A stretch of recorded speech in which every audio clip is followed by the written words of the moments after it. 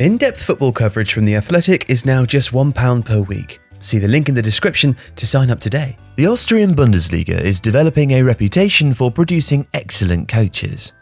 As well as future Borussia Dortmund coach Marco Rose and Frankfurt's Adi Hütter, who both left RB Salzburg for the Bundesliga. LASK's Oliver Glasner is now at Wolfsburg, while Gerhard Struber, formerly at Wolfsberger AC, impressed at Barnsley before joining New York Red Bulls. And Jesse Marsch, current coach of RB Salzburg, is likely to be the next to move on to a larger club in a better league. But who is he, and how did he become the first American to win a Champions League game with a European side?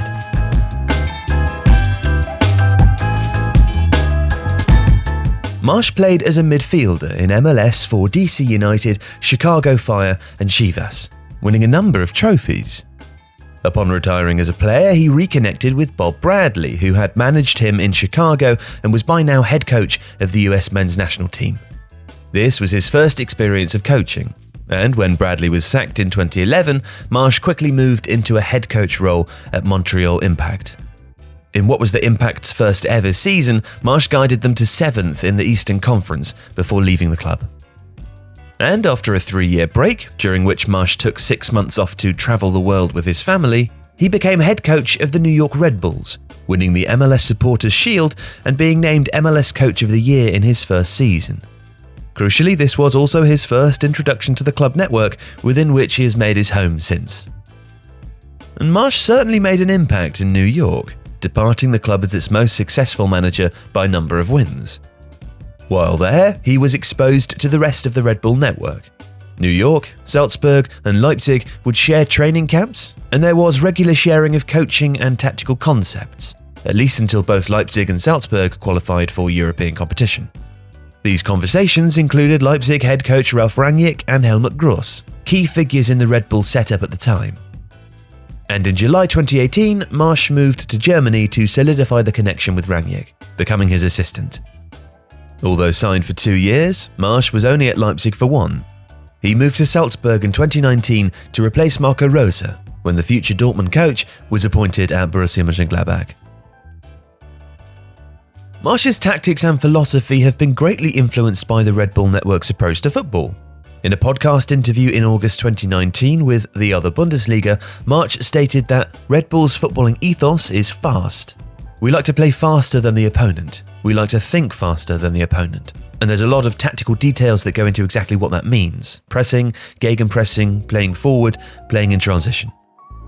As a coach, he's shown a preference for the Red Bull 4-2-2-2, in which the 2 wide midfielders tuck inside to create a narrow attacking band between the opposition lines when in transition. Marsch has been quoted as saying, though, that the formation is less important than the principles: speed, pressing, and verticality. And he regularly makes tweaks in positioning without adjusting the overall style of play. He is also tactically flexible, using other setups, especially a 4-3-1-2 or a midfield diamond. This is predominantly against teams who have a controlling playmaker in front of the back 4, so that Marsch's attacking midfielder can disrupt their passing. And disruption is key to Marsch's high-energy pressing and counter-pressing style. He likes his players to focus on the position of the ball, creating a structure that blocks passing lanes and ultimately surrounds the opponent in possession. The team will also look to lay little traps that force passes backwards and then snap in and win the ball and immediately launch an attack as a result. Salzburg are very vertical in their approach, which means direct passes from the centre-backs or full-backs who tend to push wide and build up but will drop off if required. A midfielder will also assist in deep build-up, but this is as much to draw the opposition forwards and create space for penetrative passes through midfield as it is to offer a passing option. Marsch is looking to get at least 4 of his players between the opposition defensive and midfield lines, and quite centrally, to then attack the box through combination play as a result of passes coming through the middle or to feed off crosses from an overlapping fullback or midfielder drifting wide. As a coach, he's known for his attention to detail, and said that the way that the Red Bull network focused on training and football-specific vocabulary to communicate concepts enthralled him. He's famous for trying to communicate entirely in German, in training, pitch side, and when putting together analysis videos for his playing staff. Marsch told the Other Bundesliga podcast that what matters is how the message is received, but he is clearly making a significant effort to deliver it appropriately. all of which points towards a successful future. But it hasn't been plain sailing for him. When Marsch took over at Red Bull Salzburg, he was following a coach who'd enjoyed huge success. Fans were not won over easily.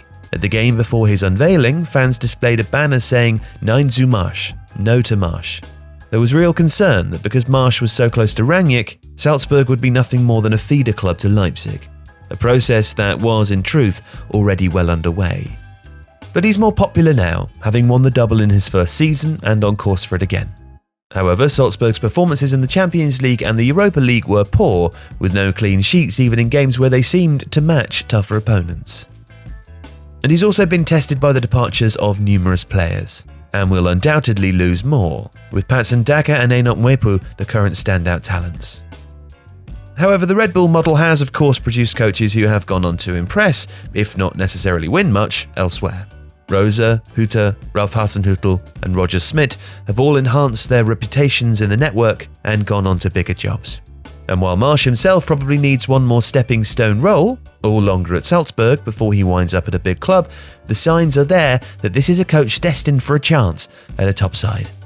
If you liked today's video, please subscribe to the channel to help us reach 1 million subscribers. And we're also pleased to be able to offer you access to The Athletic for just £1 per week. Follow the stories that you care about with closer access and intelligent takes.